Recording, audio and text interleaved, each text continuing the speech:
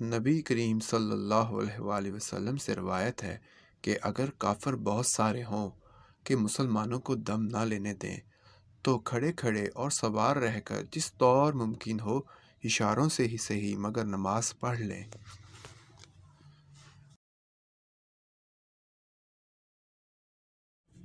ابو یمان سے روایت ہے میں نجد کی طرف نبی کریم صلی اللہ علیہ وآلہ وسلم کے ساتھ غزوہ میں شریک تھا۔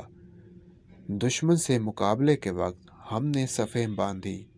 اس کے بعد رسول اللہ صلی اللہ علیہ وآلہ وسلم نے ہمیں خوف کی نماز پڑھائی تو ہم میں سے ایک جماعت آپ صلی اللہ علیہ وآلہ وسلم کے ساتھ نماز پڑھنے میں شریک ہو گئی اور دوسرا گروہ دشمن کے مقابلے میں کھڑا رہا۔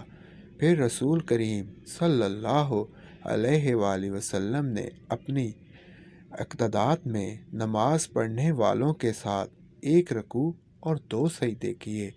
پھر یہ لوگ لوٹ کر اسی جماعت کی جگہ آ گئے جس نے ابھی نماز نہیں پڑھی تھی۔ اب دوسری جماعت آئی، ان کے ساتھ بھی آپ صلی اللہ علیہ وآلہ وسلم نے ایک رکوع اور 2 سجدے کیے۔ پھر آپ صلی اللہ علیہ وآلہ وسلم نے سلام پھیر دیا۔ اس گروہ میں سے ہر شخص کھڑا ہوا اور اس نے اکیلے اکیلے ایک رکوع کیا اور 2 سجدے ادا کیے۔